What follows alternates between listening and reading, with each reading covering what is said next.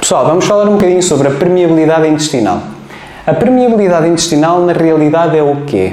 É uma das causas pelo qual muitas pessoas sentem-se infartadas, inchadas, parece que são intolerantes a uma coisa que nem sequer conseguem associar aquilo que é. Isto não acontece ao acaso. No interior do nosso intestino, nós temos como se fossem pequenas raízes que comunicam a nossa parte circulatória com aquela parte do intestino que está em contacto com nutrientes. E essa zona tem muito sistema imunitário.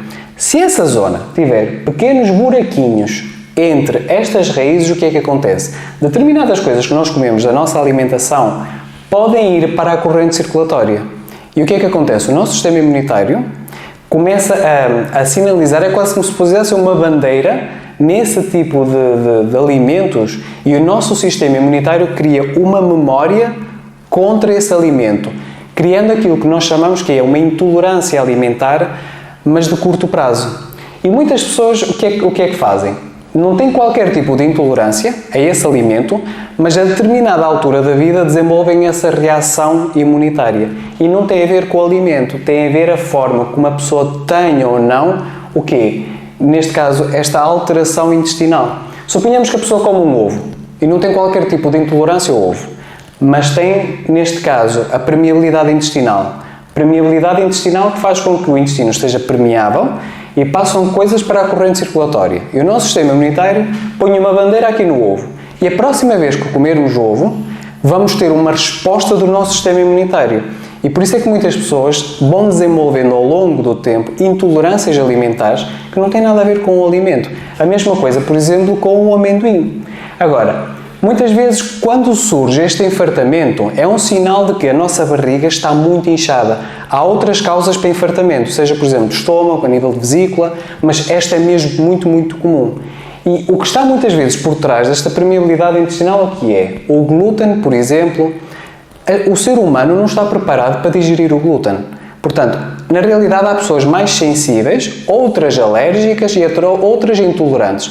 Mas ninguém se dá bem propriamente com o glúten, porque não temos a capacidade para fazer a digestão. O problema é que o glúten o que é que faz? Vai destruindo esta camada destas raízes e essa permeabilidade torna-se mais evidente. E por vezes surgem sintomas como dores articulares, problemas de pele. Eu vi no consultório já muitas vezes problemas de pele, dores articulares, até doenças autoimunes que têm tudo a ver com permeabilidade intestinal. O consumo de açúcares, como aumenta a oxidação, desperta inflamação. O consumo de fibra ajuda às bactérias no intestino, mas muitas vezes a fibra pode se tornar inflamatória quando a pessoa está com o intestino muito sensível e muito debilitado. As lectinas, que agora já se começam a ouvir falar, que muitas vezes vêm de determinadas leguminosas ou, por exemplo, de determinados cereais, podem acentuar mais a inflamação no intestino. Determinadas crucíferas, como brócolos, couve, espargos, couve-flor, esse tipo de crucíferas, há pessoas que não se dão tão bem e acabam por inflamar um bocadinho o intestino. Óleos vegetais, além de criarem infartamento, vão destruir completamente a camada intestinal. E o déficit de vitamina D3. Vocês vejam isto desta forma. Suponhamos que há uma floresta que pega fogo. A vitamina D3 é quase como se fosse bombeiro. No nosso corpo, o que é que está a acontecer? Esse fogo é a inflamação que se está a passar. A vitamina D3 baixa a inflamação no nosso corpo, regula a resposta imunitária e faz com que este processo todo que está a acontecer seja muito mais baixo. Agora, o que é que eu juntaria aqui? Uma boa glutamina, por exemplo, como o aliglutil, é uma boa aposta, entre outras causas que têm que ser averiguadas. Isto depende um pouco de pessoa para pessoa, mas eu, por exemplo, no consultório tenho boa experiência com o aliglutil em conjunto com outras coisas que eu faço. O jejum intermitente é fundamental. Pensem porquê.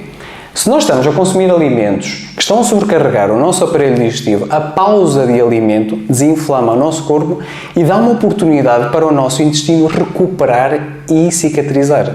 Portanto, o infartamento pode vir de uma situação de permeabilidade intestinal.